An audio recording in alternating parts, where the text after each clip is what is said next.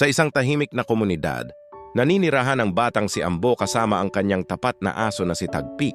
Araw-araw tuwing hapon, naglalakad si Ambo papunta sa eskwelahan dala ang pangarap na makaalpas sa hirap.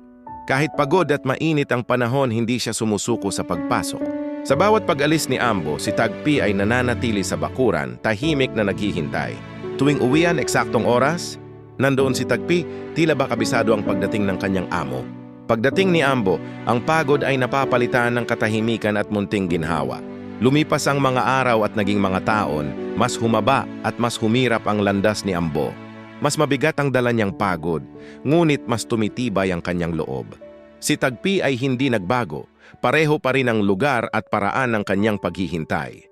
Dumating ang araw na hindi na agad nakauwi si Ambo. Isang gabi ang lumipas at sinundan pa ng marami.